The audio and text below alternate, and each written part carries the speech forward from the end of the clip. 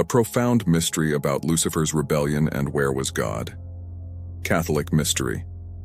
Lucifer's rebellion against God, which took place in heaven, is a profound mystery that has puzzled theologians for centuries. Today, we will explore this enigmatic event and address the question, where was God when Lucifer conspired against him? Why didn't he stop Lucifer immediately? We will delve into God's presence and actions during this pivotal moment in celestial history. Lucifer, the guardian cherub, was perfect in all his ways. This being was so glorious that he would walk upon stones of fire and was a respected leader in heavenly worship. He had the rare privilege of entering the presence of the Almighty and gazing directly into the face of God, an honor granted to only a select few angels. However, Lucifer began to focus too much on his own beauty and perfection, which was undeniable. Pride crept into his heart, causing him to desire not just to be like God, but to be God. The Bible portrays Satan in various ways. In the Garden of Eden, he appears as a serpent, beginning his long history of deception and leading humanity astray. The Lord Jesus calls him the father of lies. Lucifer was known as the son of the morning. In art, he is often depicted as a male figure bearing a torch of fire, symbolizing his role in heralding the dawn of a new day. The Old Testament first refers to Lucifer as the morning star in Isaiah 14:12. How you have fallen from heaven, morning star, son of the dawn, you have been cast down to the earth, you who once laid low the nations. Lucifer's name is derived from the Hebrew word Hellel, meaning brightness. God created Lucifer along with all the other angels in heaven. However, Lucifer eventually rebelled against God, leading to his fall from grace. This narrative raises intriguing questions.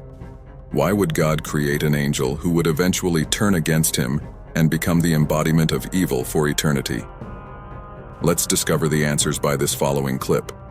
The rebellion of Lucifer against God. Once the most radiant and splendid of all celestial beings, Lucifer stood as an anointed guardian cherub, entrusted with the sacred duty of leading worship in heaven. Yet within the chambers of his angelic heart, a subtle transformation occurred. Lucifer's beauty, once a reflection of God's splendor, kindled a spark of pride. He became jealous of the honor that belonged solely to the Almighty. The angelic choirs that once praised the Creator now echoed with notes of self-love and adoration. Lucifer's wisdom, once a beacon of divine illumination, dimmed as he pondered forbidden thoughts. The very essence of his being began to flicker with ambition. Lucifer, the anointed cherub, yearned for more than his appointed station. He desired to ascend and claim the throne that only the Almighty could occupy. Pride coiled around his heart, whispering promises of sovereignty and a realm where he would reign supreme. Lucifer's wings, once spread wide in worship, now bore the weight of rebellion. He gathered a legion of like-minded angels, their hearts aflame with the same forbidden desire. The celestial rebellion erupted, a cosmic tempest that shook the very foundations of heaven. Lucifer, now Satan, led his insurrection against the Creator. The heavenly courts witnessed the clash of celestial swords and the thunderous cries of angels torn between loyalty and rebellion. But the Almighty's justice prevailed, and the rebellious host was cast down, a celestial fall from grace.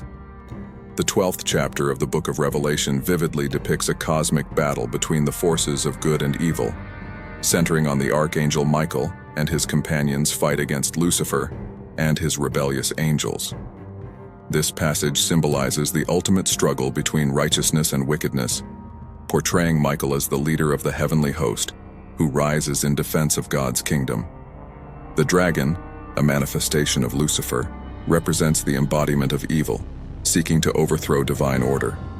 The text describes a war in heaven, where Michael and his angels confront the dragon and his followers in a fierce, celestial conflict. The battle is not merely physical, but deeply spiritual, illustrating the ongoing war between divine justice and rebellious pride. Despite the dragon's formidable power, he and his angels are defeated and cast out of heaven, symbolizing the triumph of God's will over the forces of darkness. This expulsion from heaven marks a pivotal moment in the cosmic narrative, emphasizing the ultimate sovereignty of God and the futility of opposing his divine plan.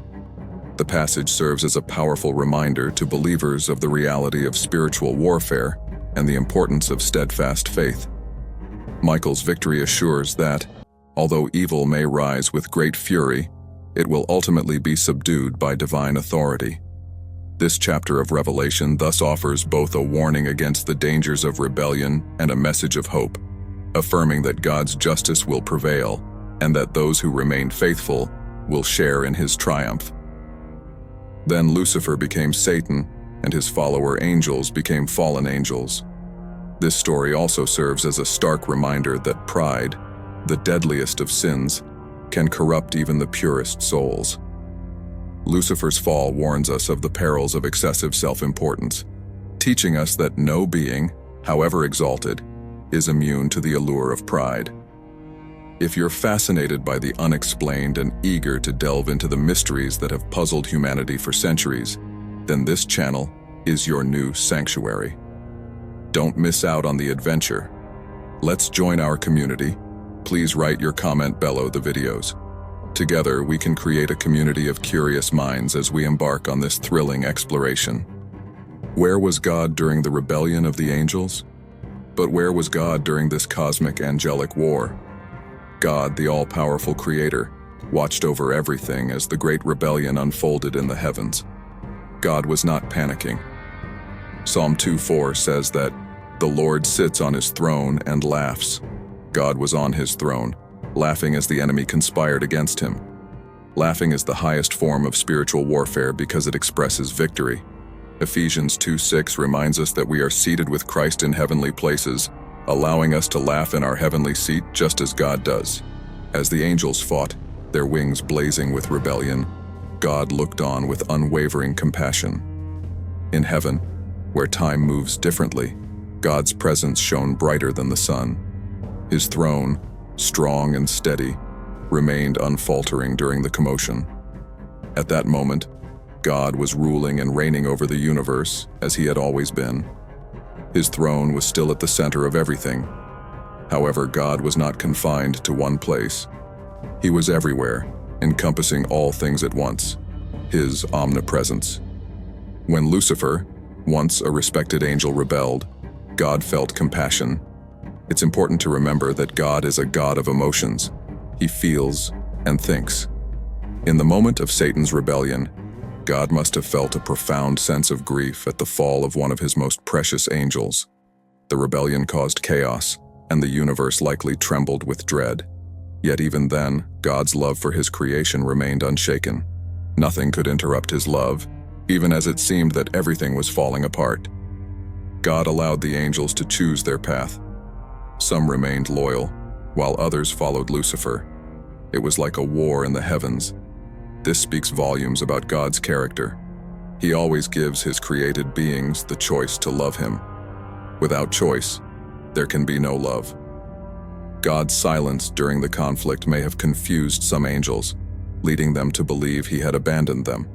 However, others surely continued to trust in his fairness. God's silence wasn't due to a lack of care. It was like a blank canvas, waiting for destiny to be painted.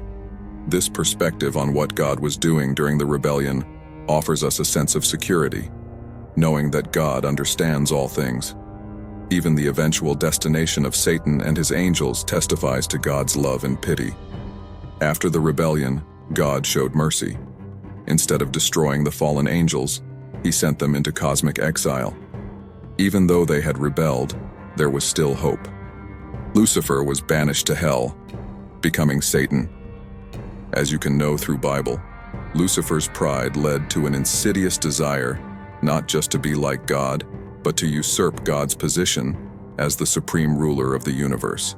He yearned to ascend above his appointed station, to claim the throne that belonged solely to the Almighty. This ambition marked the beginning of his downfall. Lucifer's desire for power and control grew, leading him to reject his role as a servant of God and to embrace the idea of becoming a ruler in his own right. The Bible describes this moment as a critical turning point, where Lucifer's once pure heart was consumed by a lust for sovereignty. His rebellion was not just an act of disobedience but a complete inversion of his original purpose. From a guardian of divine order, he sought to become its destroyer. The transformation from Lucifer to Satan, which means adversary or accuser, reflects this shift in his nature. No longer content with his role as a servant of God, Lucifer became the adversary of God, the embodiment of rebellion and opposition to divine authority. His desire to be worshipped, rather than to worship, led him to challenge the very order of heaven. Lucifer's rebellion was not conducted in isolation. He managed to sway a third of the angelic hosts to join him in his revolt. This celestial insurrection was a direct attack on the sovereignty of God, an attempt to overthrow the established order of the universe. However, despite his power and influence, Lucifer's rebellion was doomed to fail. The archangel Michael and the loyal angels of heaven fought against Lucifer and his followers, and they were ultimately cast out of heaven, falling from their exalted state into one of disgrace and condemnation. Once cast out of heaven, Lucifer fully embraced his new identity as Satan, the adversary. No longer the bearer of light, he became the prince of darkness, dedicated to opposing God's will at every turn. His rebellion against God transformed him from a being of light into the embodiment of evil, a deceiver who seeks to lead humanity astray. As Satan, he became the tempter in the Garden of Eden, the accuser of Job, and the perpetual enemy of righteousness throughout biblical history. Lucifer became Satan because he chose pride over humility, rebellion over obedience, and self-worship over the worship of God. His fall is a cautionary tale about the dangers of pride and the catastrophic consequences of setting oneself against the Creator. The transformation from Lucifer to Satan serves as a stark reminder that even the most exalted beings are not immune to the temptations of pride and ambition, and that the desire for power can lead to one's ultimate downfall. Satan's existence as the adversary is a testament to the destructive power of sin and the tragic consequences of choosing rebellion against God.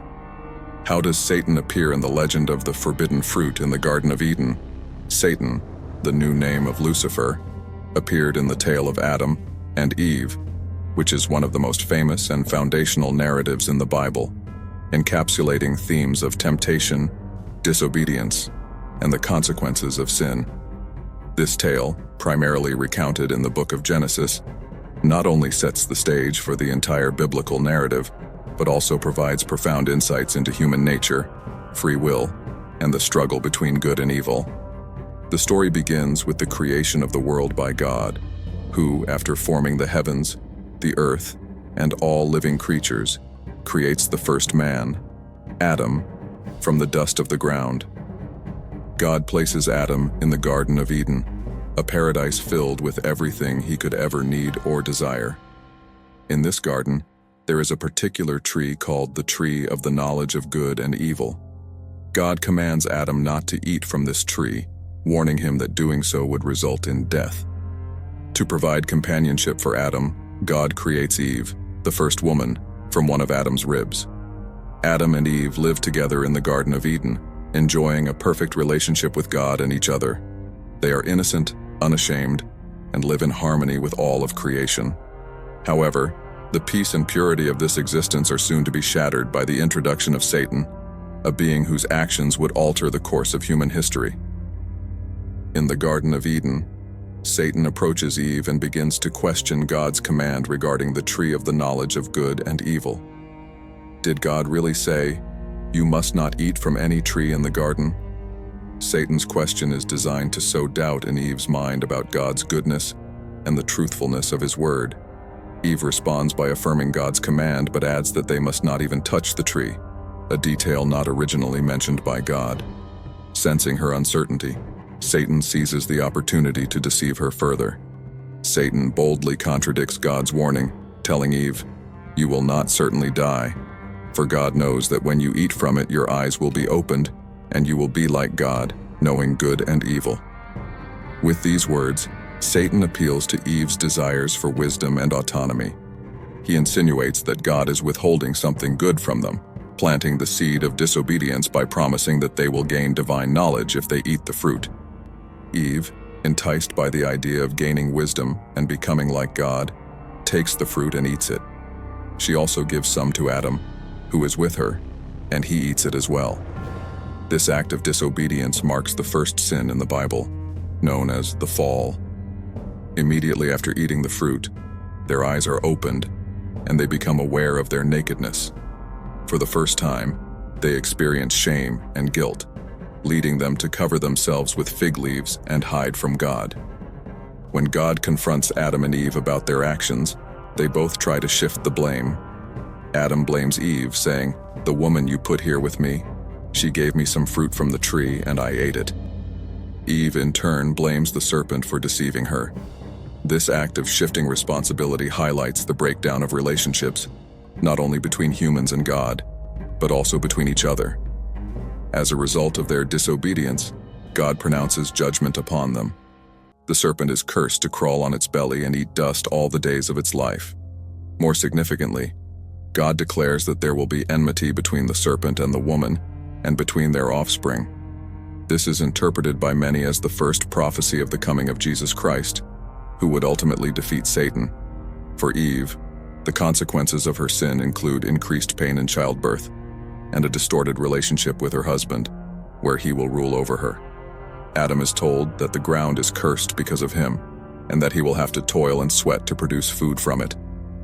Finally, God banishes Adam and Eve from the Garden of Eden, preventing them from eating from the tree of life and thus sealing their mortality. Despite the severity of the fall, the story does not end in despair.